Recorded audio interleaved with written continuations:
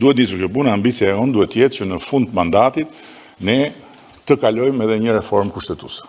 Kryeministri Edi Rama shpalli kështu synimin për ndryshime kushtetuese brenda këtij mandati qeverisës, ndaj në mbledhjen e grupit parlamentar të Partisë Socialiste kërkoi nisjen e punës.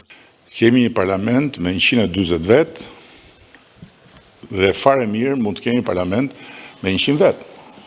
Gjë që do ta mirëpriste publiku, gjë që do të racionalizonte forcat dhe burimet e tjera, por nuk është vetëm kjo.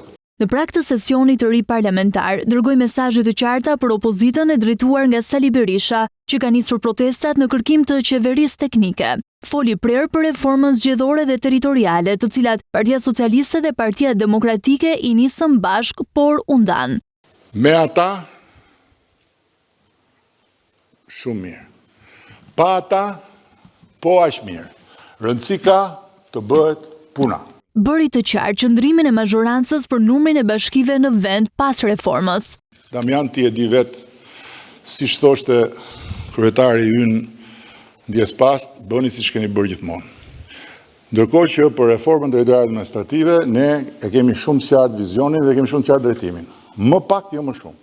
La të hapur derën e bashkëpunimit me opozitën, por theksoi se mazhoranca nuk do të presë për asnjë arsye askënd për të vazhduar me punën. Ulje në një tavolinë të përbashkët. Me zor, unë nuk kam parë.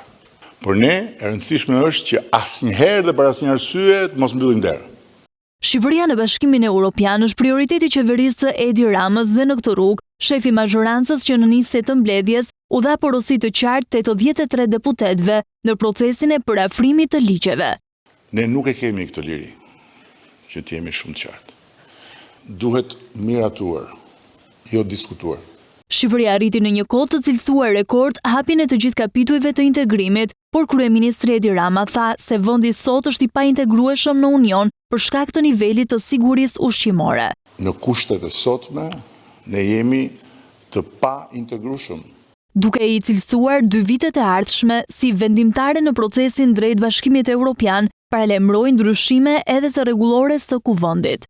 E seancave të posaçme vetëm për procesin e negociatave. Duke shënjestruar sërish opozitën, kërkoi zbatim strikt të rregullores kundër asaj që e cilësoi rrugaçëri dhe pengmarrje për procedurë, ndërsa riktheu zotimin për një godinë të re të parlamentit. Duhet ndërhyrë menjëherë në mënyrë që fjala procedurë mos jetë e barabartë me konceptin pengmarrje. Viti 2027 është i rëndësishëm jo vetëm në procesin e integrimit, por edhe sepse politika do të kthehet tek sovrani që do t'i gjykojë me votë. E Rama këtu sërish shënjestroi rivalët. Do habiten. Kreu i mazhorancës theksoi si risi angazhimin e shtetit nga prodhimi i veshjeve tek armët, duke i kthyer përgjigje akuzave për kotonisma. Dhe do t'i prodhojmë vetë jo vetëm për ushtrinë shqiptare, por do t'i prodhojmë edhe për eksport. Kreu i qeverisë shpreu pakënaqësi dhe kërkoi reformim të televizionit publik dhe një ministri në varësi. Amanet televizionin publik dhe ministrinë e jashtme.